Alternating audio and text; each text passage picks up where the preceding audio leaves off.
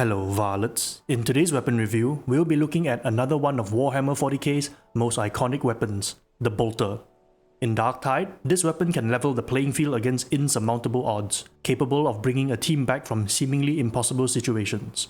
So, let's get it on. Number 1. Weapon Handling. To kick things off, we're going to talk about how the Bolter handles and fires. A standard weapon of the Space Marines, the Bolter is unwieldy in the hands of us varlets. As a consequence, this makes the Bolter user vulnerable while under pressure to reload or draw the weapon. Secondly, the Bolter has two different firing modes. Hip firing the Bolter fires a burst of 2 shots. While not very accurate, it allows you to spam fire the weapon and dump your magazine to remove obstacles. When you ADS with the Bolter, your rate of fire slows down and you only fire a single bolt instead. In return, you have much greater accuracy and can better hit far away targets. That being said, the Bolter has terrible recoil and sway. So if you want to snipe something from afar, it's best to take measured shots and allow your aim to settle before taking the next. On that note, you can improve the Bolter's targeting by crouching while you fire. This reduces the reticle size to better concentrate your cone of fire and increases your accuracy a little. Number 2. Damage profiles. The Bolter has a damage profile befitting of such a weapon. Heavy hitting body shots and a decent crit multiplier makes it an extremely forgiving weapon for anyone to use. A well-rolled Bolter is capable of one-shot body-shotting scab shooters and stalkers, as well as dreg shooters, making it a weapon that is surprisingly effective at shooter management. The Bolter also has a decent weak spot multiplier as well, dealing the same bonus 30% damage as its crits on all armor types, with the exception of flak and unarmored enemies, which take 50% instead. The damage profile alone paints the Bolter as being a strong weapon to use against all types of enemies, with the exception of carapace, but that's something we can look into solving in the build recommendation section. Also, the Bolter, being the Bolter, it has no damage falloff either and remains effective when used from sniper distances. Whether you can hit something is a different story, however. Also, I have no idea how or what triggers it, but enemies that explode from being hit by a bolt can sometimes cause an explosion which damages nearby enemies as well, giving it a little bit of area damage. Finally, the Bolter shots have a very high stagger, allowing you to knock enemies around by shooting the floor near them and even breaking open bulwarks by blasting them in the shield. Number 3. Hidden mechanic, Sniper. Like the Cantrell las guns, the Bolter also has a built-in hidden mechanic of gaining more damage the further you are from your target. However, unlike the Cantrell las guns, the sniper bonus on the Bolter is armor specific. That means it only gets the bonus damage against certain armor classes, that being flak and unarmored enemies. What's more, the Bolter's sniper bonus has a much further optimal distance than the Cantrell las guns. While the Cantrell las guns max out their sniper bonus of 24% at 15 meters, the Bolter's sniper bonus maxes out at 40 meters, meaning you have to be really far from your target to gain the full bonus damage. Furthermore, the damage bonus is different for flak and unarmored enemies as well. Flak enemies take an additional 12.5% extra damage at 40 meters, while unarmored enemies take about 11.1% more. These bonuses might not seem like much compared to the Cantrell las guns, but in reality, it allows the Bolter to reach the one-shot body-shot breakpoints against scab and dreg bruisers, assuming your Bolter is well-rolled and you are far away enough. Number 4. Build recommendations. As devastating as the Bolter can be, it's a simple weapon at its core. For blessings, the Bolter has a decently diverse selection, but it only really has one practical build, maybe 2 depending on your class of choice. Having looked at the blessing table, there is one anchor blessing that you should strive to get, Pinning Fire.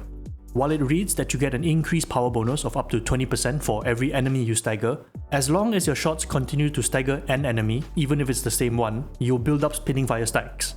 And because the Bolter is firing explosive bolts, every shot is going to stagger even the toughest of enemies, allowing you to gain a massive power boost against practically anything you fight. That being said, because Bolter shots can't stagger monsters, Pinning Fire won't give you any bonus power, unless you get a little creative, which I'll share with you in a bit.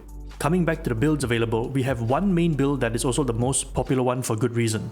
It makes the Bolter a very consistent weapon against all enemies. This is our balanced build. By pairing Pinning Fire with Shattering Impact, you gain the ability to strip away the damage reduction from flak and carapace armor.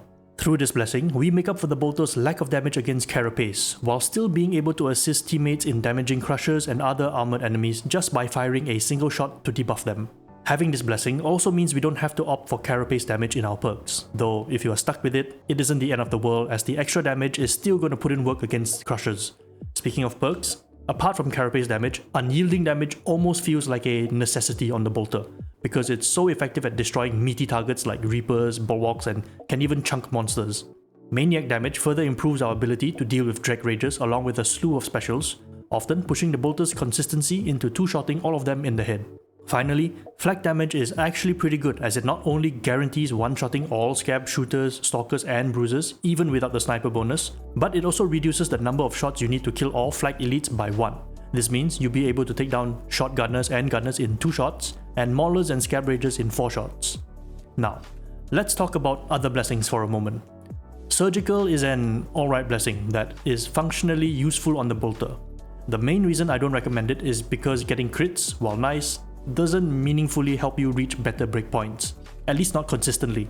While the additional damage is helpful against tanky targets like Reapers and Bulwarks, giving up the utility of Shattering Impact probably isn't worth the trade. On top of that, Surgical doesn't fare very well under high intensity situations where measured shots are not needed, and mag dumping is the only way you're gonna make it to extraction. On the other hand, Cavalcade is actually not too bad of a blessing. Ever since they tweaked continuous fire blessings to always reach max stacks by the time the weapon reaches 50% of the magazine, Cavalcade pairs decently well with spam firing the bolter, giving it more shredding power against non-armored enemies. I've heard that Inspiring Barrage has improved ever since they buffed it, but I personally feel if you're bringing a bolter with you, it's your responsibility to bring as much pain as you can with it rather than opting for a defensive blessing. Number 5. Class Synergy. Now, for this last part, I know that the RPG system is coming, which means these points might not be relevant when it does come out, so use this while it lasts.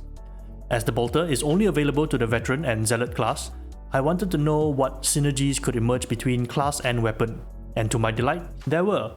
For vets, by taking the Sustain Fire feat, you maximize the destructive power of the bolter and its blessings, Pinning Fire and Cavalcade. Since Pinning Fire and Cavalcade reach their full potential when you're down to 50% of your magazine while continuously firing, activating Sustain Fire just before your last shot reloads the entire magazine, except now, all 15 fresh rounds will be buffed up with Pinning Fire and Cavalcade already at max stacks. You can practically wipe out a horde on your own, devastate an elite patrol, and wreck a monster with this combo.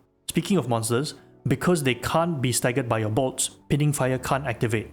But what you can do is use your frag grenades to stagger the monster before dumping bolts into them. Since your frag grenade staggered them, Pinning Fire can get at least 1 stack going for a short period, giving you a 20% power boost for a moment. This tactic is very useful against the Beast of Nurgle when you have an open shot at their back pimple. Keep this in mind, vets. As for Zealots, because you can degrade armor by using your rush as mentioned in my Hidden Secrets video here, you have sort of a pocket rending buff, which means taking Cavalcade instead of Shattering Impact as a Preacher isn't necessarily a bad choice. The armor degrade buff lasts long enough that you can reliably take down 2 to 3 crushers with a single use of Chastise the Wicked. Just make sure to measure your shots a little since unlike the vet, you've only got 15 rounds to work with. So that is everything about your bolters that you should know about. I initially didn't really enjoy using the bolter myself when I first started playing, but as I learned how to actually use them and where and when they can work their magic, I've absolutely had a blast using them, no pun intended. Now, go forth with your Doom Toaster and deliver the Emperor's will. Thank you all for watching, and I will see you in the next one. Varlets.